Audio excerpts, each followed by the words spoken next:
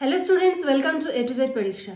তো আজকে তোমাদের সঙ্গে ডব্লিউবিপিএসসি অ্যাসিস্ট্যান্ট টিচারের জন্য যে ফিজিওলজি সাবজেক্টটা রয়েছে, ফিজিওলজি সাবজেক্টের কিছু শর্ট কোশ্চেন নিয়ে আলোচনা করব, যেগুলো কিন্তু তোমাদের এক্সামের জন্য খুব খুব ইম্পর্টেন্ট। খুব ভালো করে কিন্তু এই কোশ্চেনগুলো তোমাদেরকে তৈরি করতেই হবে, ঠিক আছে? খুব ভালো করে একটু নোটিস করবে, কারণ এটা হলো নার্ভাস সিস্টেম থেকে এই শর্ট কোশ্চেনগুলো আলোচনা করছি, যেখান থেকে কিন্তু তুমি কমন পাবে, একটা না একটা প্রশ্ন কিন্তু কমন তুমি পেয়ে যাবে। তো আজকে আমরা কি দেখবো, নার্ভাস সিস্টেমের ট্র্যাক্টস অফ স্পাইনাল কর্ড, ঠিক আছে? Ascending and descending tracts of spinal cord থেকে কিছু শর্ট কোশ্চেন কিন্তু দেখবো। এই জন্যই আমি বলেছিলাম যে ফিজিওলজিটা কিন্তু অনেক ডেপথে দেওয়া রয়েছে। যারা ডব্লিউবিসিএস অপশনাল ফিজিওলজি পড়ছো, তোমাদের কিন্তু এই টপিকটা অত ডিটেলসে নেই, আসে দু একটা প্রশ্ন আসে, বাট অত ডিটেলসে নেই। কিন্তু যারা পিএসসির জন্য প্রিপারেশন করছে, তোমাদের কিন্তু এটা খুব ভালো করে কিন্তু এই টপিকটা পড়তে হবে। খুব ইম্পর্টেন্ট এবং খুব অনেকের কাছে কঠিন লাগে, খুব অনেকের কাছে মনে হয় খুব টাফ এই টপিকটা।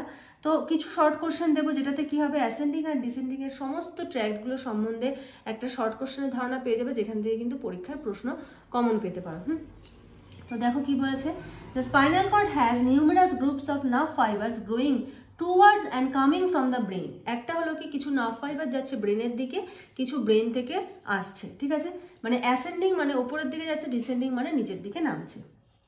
These have been collectively called the ascending and descending tracts of the spinal cord and respectively.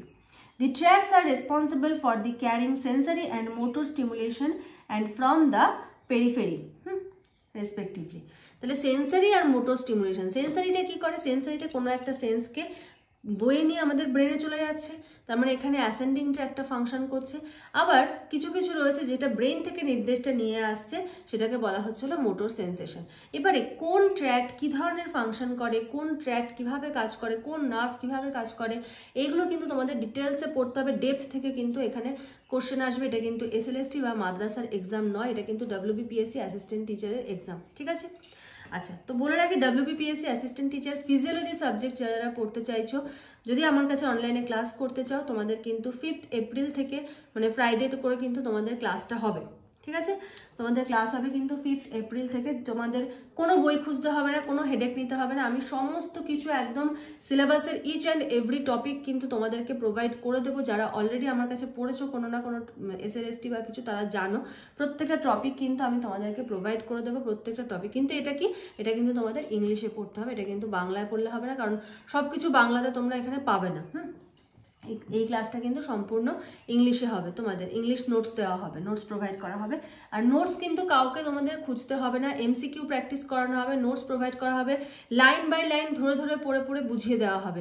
সুতরাং কোনো টেনশন নেই যে এই টপিকটা বুঝতে পারছি না, এই টপিকটা কঠিন লাগছে, এটা কোথা থেকে খুঁজবো, কোন বইতে আছে, কারণ একটা বইতে সব কিছু থাকে না। তোমাদের 16টা চ্যাপ্টার রয়েছে, 16টা চ্যাপ্টারের মধ্যে ওয়ার্ক ফিজিওলজি রয়েছে, এনভায়রনমেন্ট রয়েছে, নার্ভাস সিস্টেম রয়েছে, cardiovascular, renal, each and every topic রয়েছে। আর একটা বইতে সব কিছু পাবে না, অত ডিটেলসেও পাবে না, সেরকম ভাবে পাবে না যেরকম তোমরা চাইছো। তো সুতরাং কম্প্যাক্ট একটা নোটস কিন্তু আমি তোমাদেরকে দেবো, সেটা পড়লেই এনাফ, প্লাস এমসিকিউ তো প্র্যাকটিস হবেই, ঠিক আছে? আর ডেলি ক্লাসে কিন্তু আমরা, প্রতিদিনের ক্লাসে কিন্তু আমরা কিছুটা হলেও এমসিকিউ করবো। আমি এসএলএসটির ব্যাচেও কিন্তু, যারা এসএলএসটির জন্য প্রিপারেশন নিচ্ছ বা এসএলএসটির জন্য পড়ছো বা পড়তে চাইছো, তাদেরকে বলে রাখি, প্রতিদিন ক্লাসের পরে কিন্তু তোমাদের এমসিকিউ প্র্যাকটিস করানো হয়, ঠিক আছে? তাহলে 5 এপ্রিল থেকে কিন্তু অ্যাসিস্ট্যান্ট টিচার ফিজিওলজি সাবজেক্টের ক্লাস স্টার্ট হবে। যদি কেউ ক্লাসে জয়েন হতে চাও, স্ক্রিনে যে নাম্বার দেখতে পাচ্ছ সেই নাম্বারে যোগাযোগ করে সমস্ত ডিটেলস জেনে নিয়ে কিন্তু জয়েন হয়ে যেতে পারো। এবারে চলে আসি যে শর্ট কোশ্চেন যেগুলো বলছিলাম, সমস্ত ট্র্যাক্টগুলো থেকে কি কি শর্ট কোশ্চেন আসতে পারে এবং কিভাবে আমরা সেটা এক জায়গায় করে মনে রাখবো। দেখো, এখানে হলো প্রত্যেকটা ট্র্যাক্ট আর তাদের মেইন ফাংশনসগুলো রয়েছে, যেখান থেকে কিন্তু পরীক্ষা আসবে। হয়তো দিয়ে দিল পেইন অ্যান্ড টেম্পারেচারের জন্য কোন ট্র্যাক্টটা রেসপন্সিবল, এখানে কতগুলো অপশন দিয়ে দিল, সেখান থেকে তোমাকে সঠিকটা কিন্তু চুজ করতে হবে। সুতরাং এই যে চার্টটা আমি আজকে দেব, এই চার্টের একটাও যেন এদিক ওদিক না হয়, প্রত্যেকটা লাইন বাই লাইন কিন্তু মুখস্থ করবে। খুব ভালো করে বলছি, প্রত্যেকটা পয়েন্ট কিন্তু লাইন বাই লাইন মুখস্থ করবে। এই চার্টটা থেকে কোনো না কোনো প্রশ্ন কিন্তু কমন পেয়েই যাবে। তো দেখো, দেখে নিই। প্রথমে রয়েছে, দেখো, ল্যাটেরাল স্পাইনোথ্যালামিক ট্র্যাক্ট। এটা কি করছে, পেইন অ্যান্ড টেম্পারেচার, ঠিক আছে? ল্যাটেরাল স্পাইনোথ্যালামিক ট্র্যাক্ট হলো পেইন অ্যান্ড টেম্পারেচার। নেক্সট আসছে ভেন্ট্রাল স্পাইনোথ্যালামিক ট্র্যাক্ট। ভেন্ট্রাল স্পাইনোথ্যালামিক ট্র্যাক্ট কি করছে? Pressure and crude touch. প্রত্যেকটা একদম ডিটেলসে মানে যা আছে তাই যেন একদম মুখস্থ থাকে, প্রত্যেকটা ভাষা তুমি চেঞ্জ করবে না। যেখানে প্রোপ্রিওসেপশন আছে প্রোপ্রিওসেপশনই মনে রাখবে, কারণ অপশনে কিন্তু তুমি এই ওয়ার্ডগুলোই দেখতে পাবে, ঠিক আছে? কোনো ওয়ার্ড চেঞ্জ করে আমি এটাকে অন্যভাবে মনে রাখি এটা কিন্তু করবে না। নেক্সট আসছে ডরসাল কলাম। ডরসাল কলাম দেখো vibration, proprioception, 2 point discrimination, spinocerebellar proprioception in joints and muscle, cuneocerebellar proprioception in joints and muscle like spinocerebellar. তাহলে স্পাইনোসেরিবেলার আর কিউনিওসেরিবেলার দুটোর কিন্তু ফাংশন একই।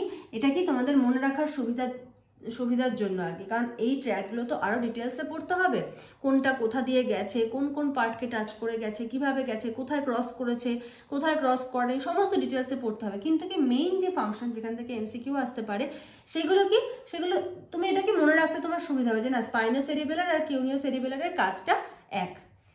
নেক্সট আসছে দেখো স্পাইনোটেক্টাল। স্পাইনোটেক্টালে কি বলেছে? Tactile, painful and thermal stimuli, spino-reticular, integration of stimuli from joints and muscle into the reticular formation.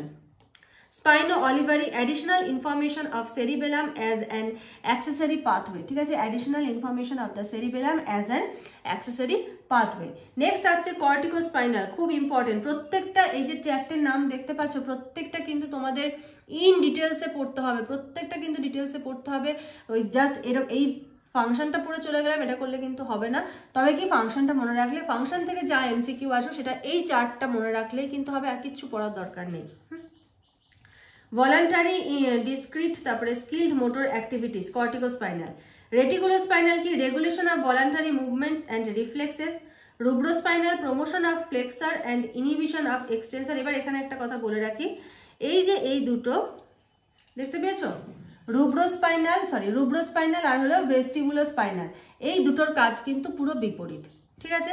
তাহলে একটা আমরা কি দেখলাম? একটা আমরা দেখলাম এখানে হলো স্পাইনোসেরিবেলার আর কিউনিওসেরিবেলার, এই দুটোর কাজ হলো একই।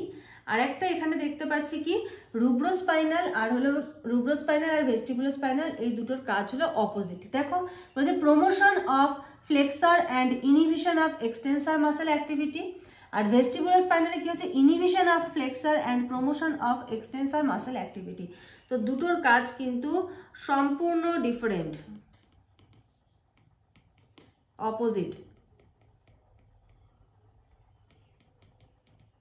দুটোর কাজ কিন্তু সম্পূর্ণ অপোজিট, এটা দিয়ে কিন্তু মনে রাখতে পারবে। তোমার একটা মনে রাখলেই হবে, রুব্রোস্পাইনাল মনে রাখলে অটোমেটিক তুমি ভেস্টিবুলোস্পাইনালটা কিন্তু মনে রাখতে পারবে। টেকটোস্পাইনাল, পস্টুরাল মুভমেন্ট অ্যান্ড ভিজুয়াল স্টিমিউলি, এই ফাংশনগুলো করছে।